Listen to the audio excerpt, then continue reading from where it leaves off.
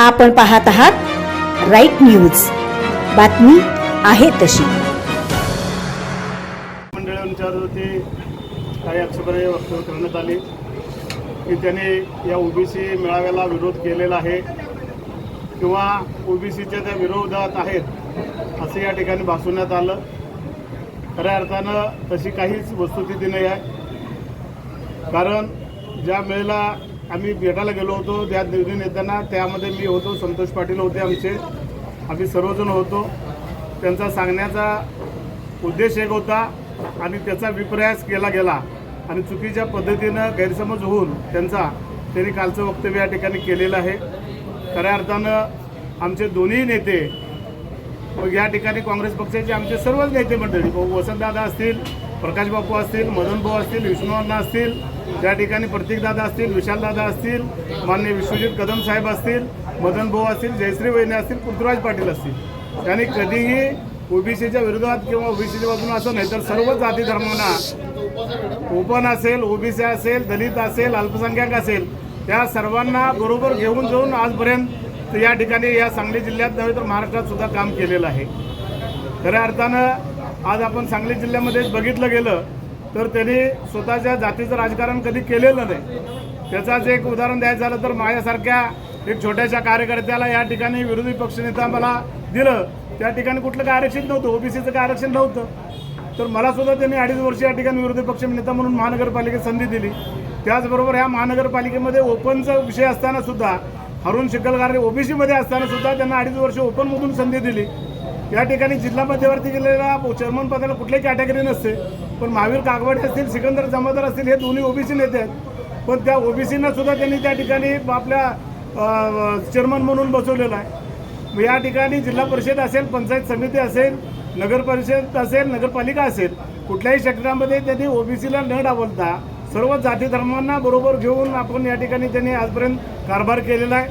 आज या ठिकाणी त्यांच्या विद्यापीठात असेल, त्यांच्या शैक्षणिक क्षेत्रामध्ये ॲडमिशनचं असेल अथवा त्यांच्या दवाखान्याच्या माध्यमातून एखाद्याचं बिल कमी करण्याच्या दृष्टीनं असेल, या सगळ्या दृष्टीमध्ये त्यांनी जातीपातीचं कधी बघून त्यांनी कमी केलं नाही किंवा ॲडमिशन दिलं असं कधी झालेलंच नाही, किंवा नोकऱ्याच्या सुद्धा माध्यमातून त्यांनी बाबा जातीपातीचं कधी बघितलं नाही किंवा ओबीसी आहे, दलित आहे, अल्पसंख्याक असं कधी न भासवता त्यांनी सर्व समाजाला बरोबर घेऊन आजपर्यंत या सांगली जिल्ह्यामध्ये त्यांनी काम केलेलं आहे आणि कारभारसुद्धा त्याच पद्धतीने केलेला आहे। म्हणूनच ओबीसी जनतासुद्धा आजपर्यंत त्यांच्या पाठीशी आहे आणि म्हणूनच ते एवढ्या बहुसंख्य मतानं या ठिकाणी विजय होतात।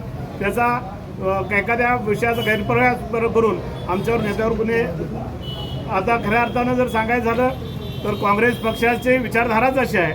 म्हणूनच आमचे राहुल गांधी, आमचे नेते, राष्ट्रीय नेते राहुल गांधीसुद्धा तेच सांगतायत की जातीय नेते जनगणना होणं गरजेचं आहे आणि जातीय जनगणना होणं जर झाली तर जितका ज्याचा हिस्सा तेवढा त्याचा हे असेल, ओबीसीचा असेल अथवा दलित असेल तर त्याचा तेवढा हिस्सा होईल। म्हणून त्यांनी जनगणना, जातीनिहाय जनगणना करा म्हणून त्यांचा पहिल्यापासून काँग्रेस पक्षाची विचारधाराच ती आहे आणि राहुल गांधी वारंवार मागणी करतात की तुम्ही जातीनिहाय तुम्ही हे करा, जातीनिहाय जनगणना करा म्हणून। जिनकी जितनी हिस्सेदारी उसकी उतनी नाही काय आहे की गैरसमजात झालेला हा प्रकार आहे। आमच्या नेत्यांचं म्हणणं असं होतं ओबीसीचा मेळावा तुम्ही घ्या, जरूर घ्या, पण ओबीसीचा मेळावा घेत असताना ही कुठं काय करायला पाहिजे आपल्याला, तर आपल्याला ही शासनाला जाग आणायची आणि शासनाला जाग आणायच्या दृष्टीने जर घ्यायचं असेल तर तुम्ही मुंबईमध्ये मोठा मेळावा घ्या, त्याची लागणारी सर्वतोपरी मदत आम्ही हे करू, हे सांगत नाहीत लोक। त्यांनी नुसतं इथं घेऊ नका म्हणून सांगितलं, इथं का घेऊ नका, तर आपल्याला इथं सांगलीत मेळावा नाही, तुम्ही मुंबईमध्ये जर मेळावा मोठा घेतला तर आपल्याला शासनाला जाग आणायची आणि तुमच्या तिथं आवाज बनला जाईल, अशा पद्धतीचं सांगणं होतं त्यांचं।